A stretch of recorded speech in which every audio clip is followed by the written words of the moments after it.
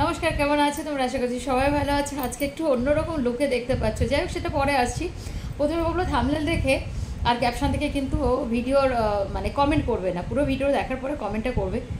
এবার বলি যে একটা অন্য লুকে দেখতে পাচ্ছ। ইয়েস, অফকোর্স একটু বাইরে বেরিয়েছিলাম, ফিরে এসে ভাবলাম যে ভিডিওটা করতেই হবে, কারণ ঠান্ডা লেগেছে আর চোখ মুখটা ফোলা ফোলা লাগছে। কি একটু হয়তো লাগছে, আমার মনে হচ্ছে, বা আমারও সেরকমই হচ্ছে। যাই হোক, এত কথা একটু, তোমরা কি একটু নতুন নতুন কিছু আমার মানে আমার মধ্যে কিছু দেখতে পাচ্ছ?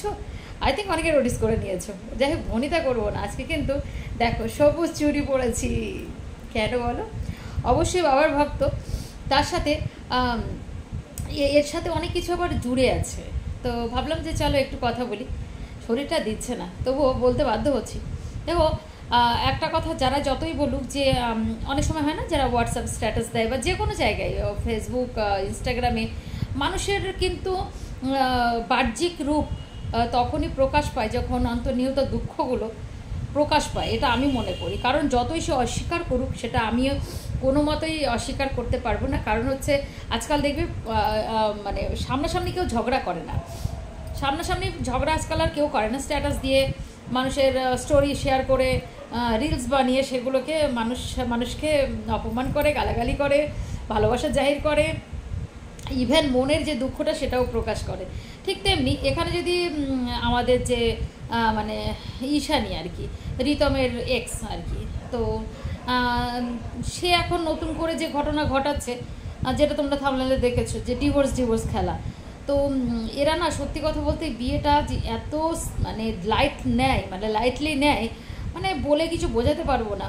মানে সবসময় মনে হচ্ছে একটা ছেলে খেলাবি। মানে সত্যি এই প্ল্যাটফর্মে জয়েন না করলে বুঝতে পারতাম না যে সম্পর্কের এত টানাপোড়েন আছে, আর এত সম্পর্কের এত এত ভাঙা আছে। মানে এই স্বীকার করছে, আবার অস্বীকার করছে, সেটা নেই। মানে স্বীকার করলেই বলছে এটা আছে, আর সেই বিনিশুতির মালার মতো, যে স্বীকার করলে আছে, না স্বীকার করলেই নেই, অস্বীকার করলেই নেই আর কি। যাই হোক, তো আমি ঈশানীর ভিডিওগুলো দেখছি, বা দেখার পরে আমার যেটা মনে হলো, যদি সৌরভ বা কোনো ফ্রেন্ড সার্কেল এটা বলে থাকে যে এই দুঃখের ভিডিও রিতমের জন্য বানায়, তাহলে আমিও বলবো তাদের সাথে একমত। কারণ হচ্ছে মানুষ, আমি ভাবতে পারি না যে একটা মেয়ের নতুন বৈবাহিক জীবন, রেজিস্ট্রি ম্যারেজ মানে, কোর্ট ম্যারেজ মানে অনেকটাই মানে 1/3 বিবাহিত লাইফ আইনত।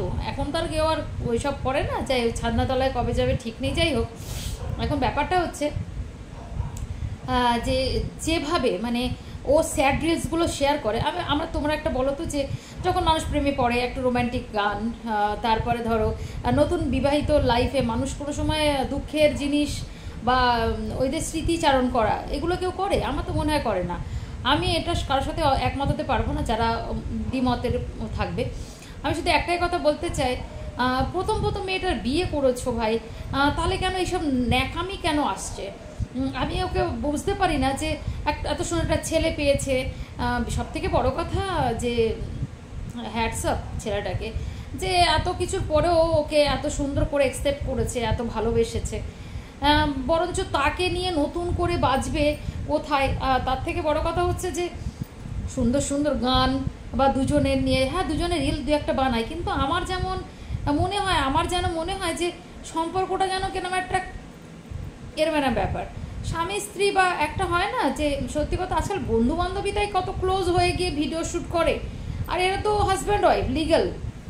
সেই জায়গা থেকে কেন এরকম যে ডিস্টেন্স মেনটেন করে আমার জানা নেই। হ্যাঁ, তার থেকে বড় কথা, তোর এখন কিসের স্যাড রিলস এত?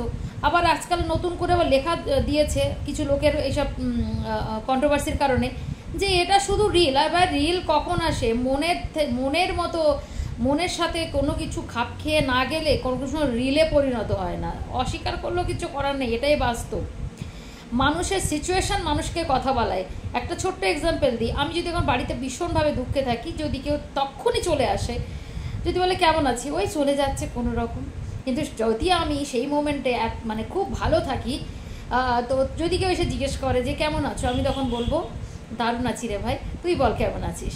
তো মানুষের সিচুয়েশান মানুষকে কথা বলতে বাধ্য করে, এটা আমি মনে করি। তোমরা একটু জানিও যে আমি ভুল বললাম কি বেঠিক বললাম। কিন্তু মেয়েটা যে ডিভোর্স খেলা নতুন করেছে, নাটক শুরু করেছে ছেলেটার সাথে, তো এগুলো আমার মনে হয় না ঠিক করছে, সত্যি সত্যি না আবার হয়ে যায়, দেখবে আর কদিন পরে এই খেলতে খেলতে আবার বলবে যে আমার সাথে ওর এই হয়ে গেছে সেই হয়ে গেছে। মানে এরা বলেছিলাম না সেই দুষ্মন্ত আর শকুন্তলার মতো হয়ে গেছে, বুঝতে পেরেছো?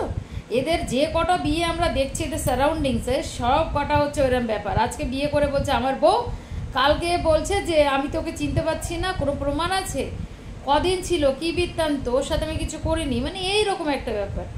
তো সত্যি কথা বলতে কি এটা ঠিক নয়। আর ও যতই সেই শাক দিয়ে মাছ ঢাকার চেষ্টা করুক ঈশানী, এটা কিন্তু ঠিক করছে না, ঠিক আছে? তো এবার যদি ও আবার সেই নোংরামি শুরু করে, তো ভিউজ কামানোর জন্য নোংরামি করতে হয় না, বরঞ্চ সবাই যেটা দেখতে চাইছে সেটাই দেখাক, তাহলে আমার মনে হয় খুশি হব, ঠিক আছে?